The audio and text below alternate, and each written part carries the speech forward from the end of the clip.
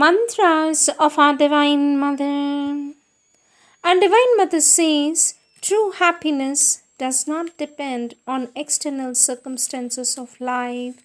One can obtain true happiness and keep it constantly only by discovering one's psychic being and uniting with it. Our Divine Mother says, it is your psychic being, like all psychic beings, that love me. With my love and blessing, says our Divine Mother.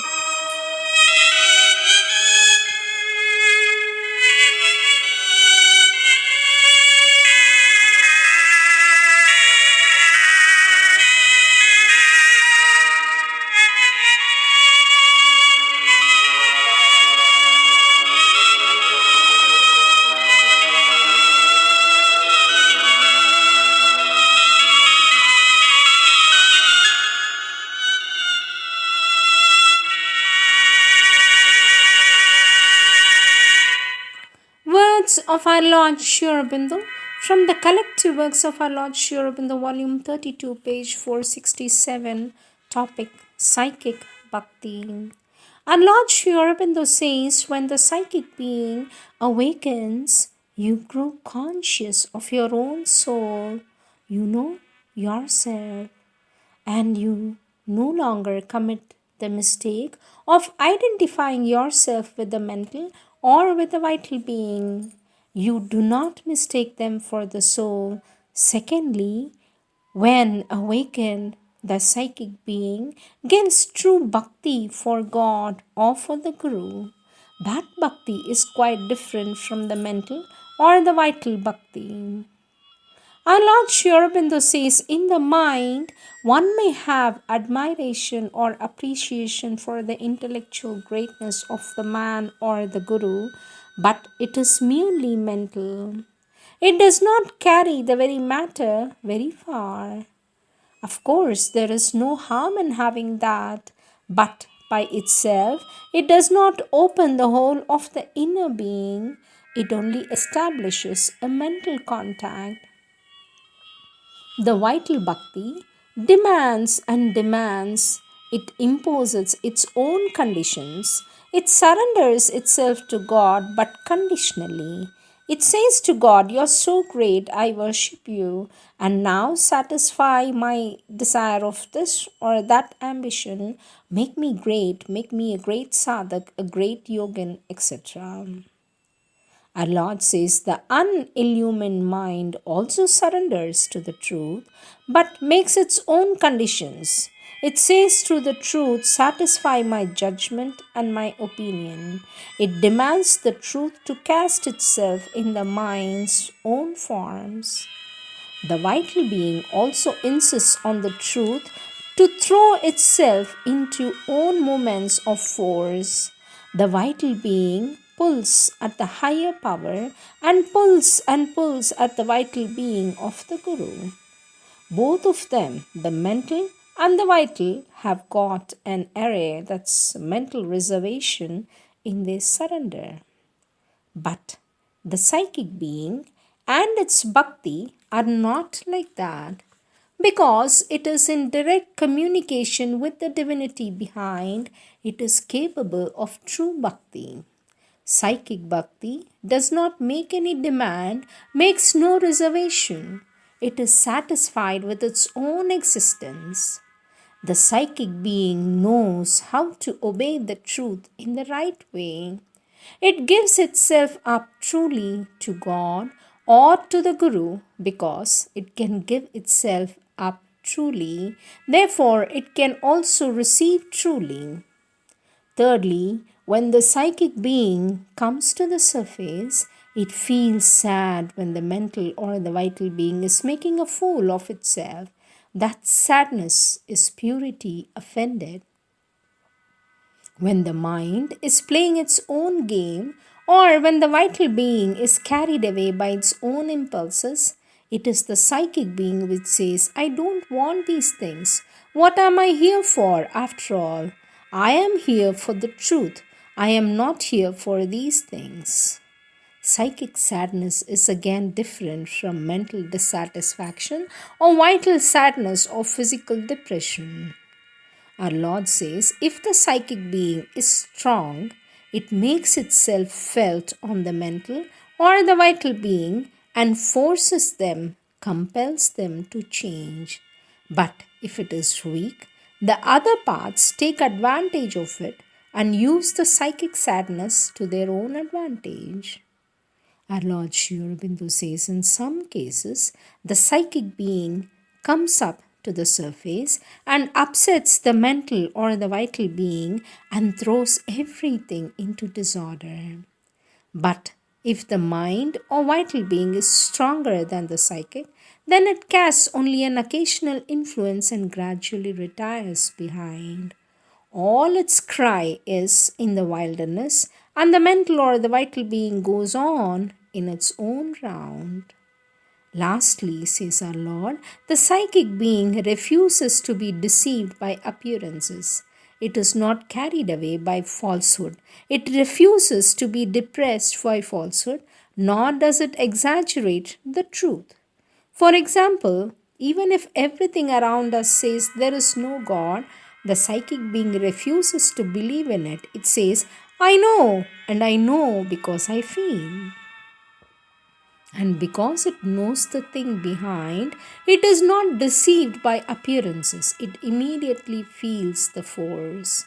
Also, when the psychic being is awakened, it throws out all the dross from the emotional being and makes it free from sentimentalism or the lower power or the play of emotionalism.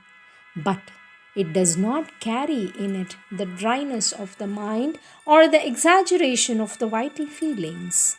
It gives the just touch to each emotion. Psychic moments question what kind of feeling is it that gets satisfaction and ananda only in seeing the mother? Our Lord says it is psychic.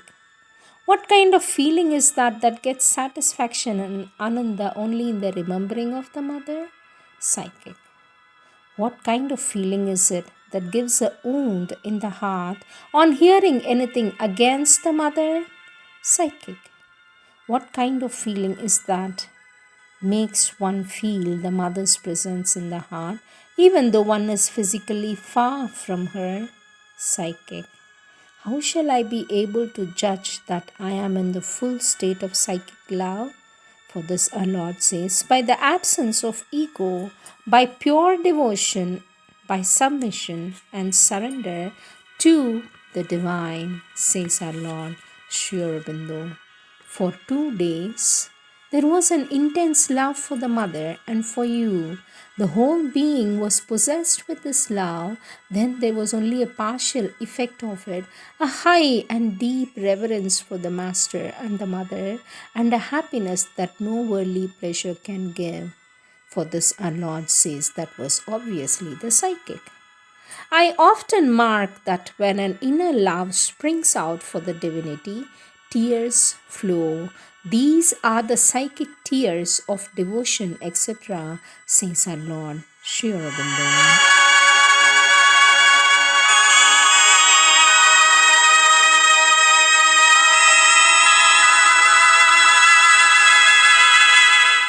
Next topic, opening of the centers under the psychic influence from the 32nd volume in page 204, Lord Sri Aurobindo says, when the peace is established, this higher or the divine force from above can descend and work in us.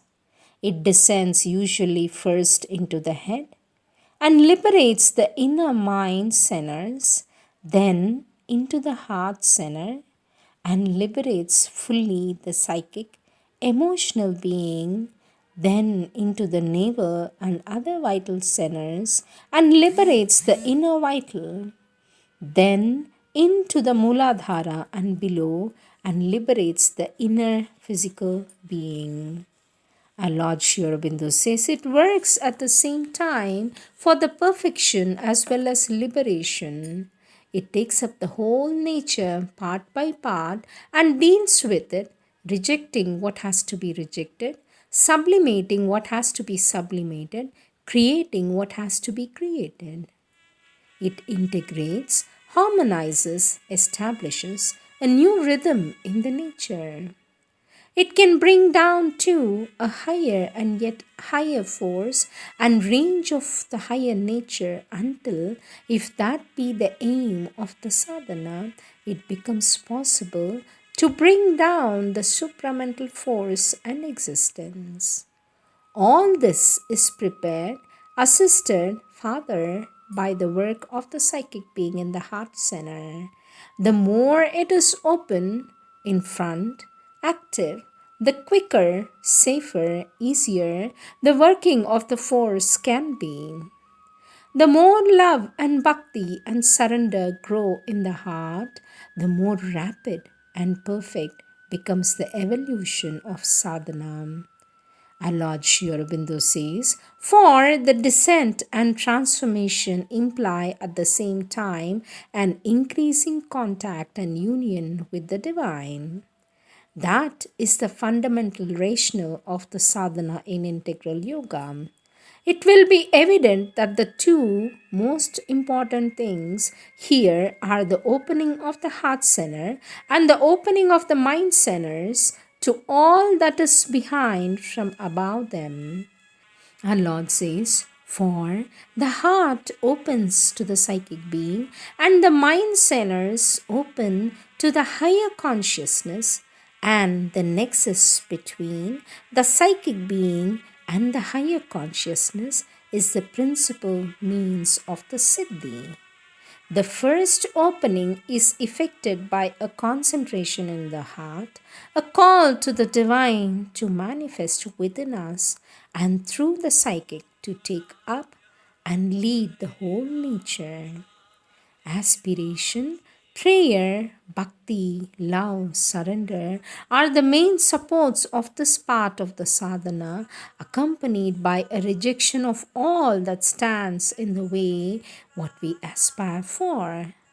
The second opening is effected by a concentration of the consciousness in the head, afterwards above it, an aspiration and call, and a sustained will for the descent of the divine peace, power, light, knowledge, ananda, into the being, the peace first, or the peace and force together, says our Lord Sri Aurobindo.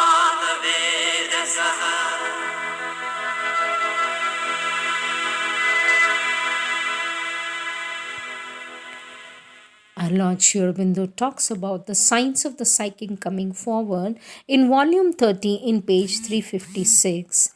A central love, bhakti, surrender, giving everything, a sight within that sees always clearly what is spiritually right or wrong and automatically rejects the later, a moment of the entire consecration and dedication of all in one to the Divine Mother.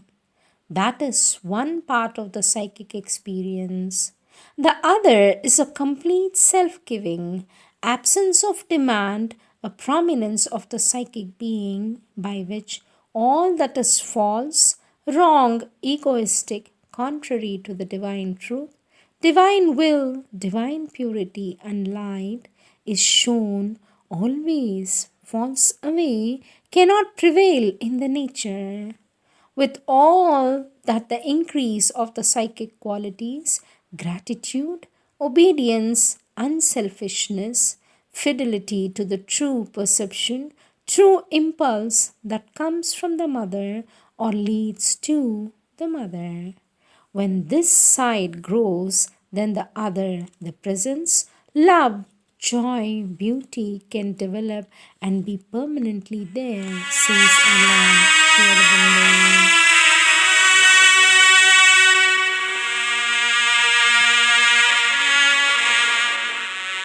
Our Lord Sri Aurobindo speaks about feeling the mother's presence always in page 187 of volume 32, our Lord Sri Aurobindo says, you have been going more and more into the psychic consciousness deep within you.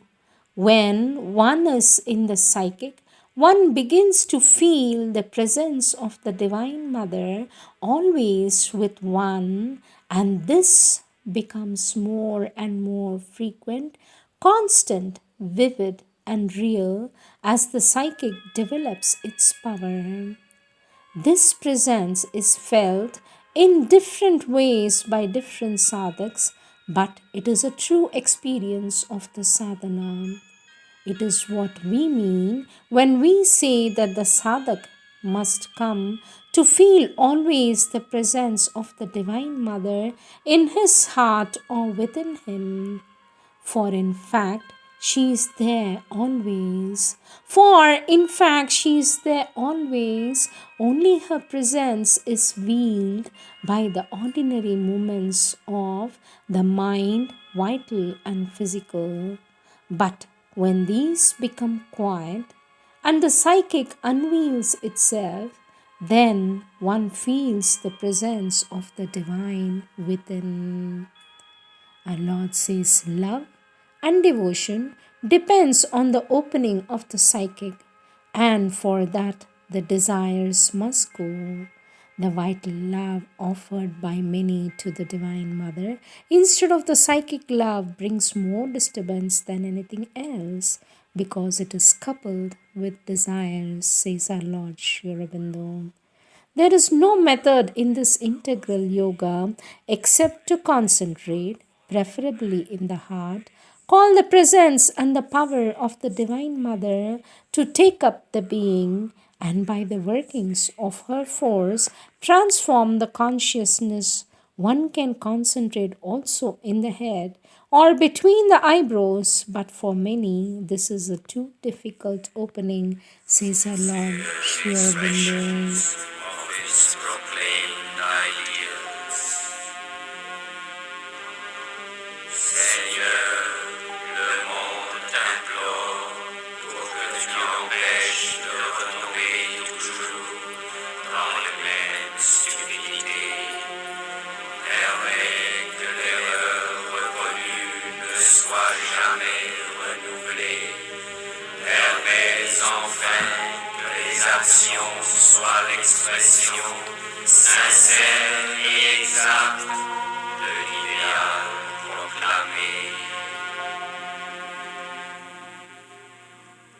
Sarvabhutasthamatmanam sarvabhutani chatmani ikshate yoga yuktatma sarvatra samadarshanaha yo mam pashyati sarvatra sarvam cha mai pashyati tasyaham na pranashyami sajame na pranashyati.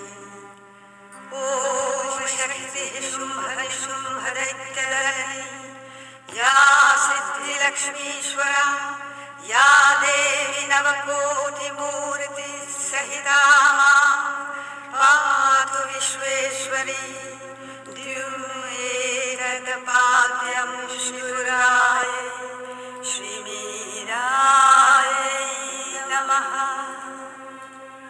Om Varada Hasta Vibhuja Gaudadehika Rakta Padmasanastha Mukutojvalavandita Rakta Koshe Vasana Smitavatra Shubhanana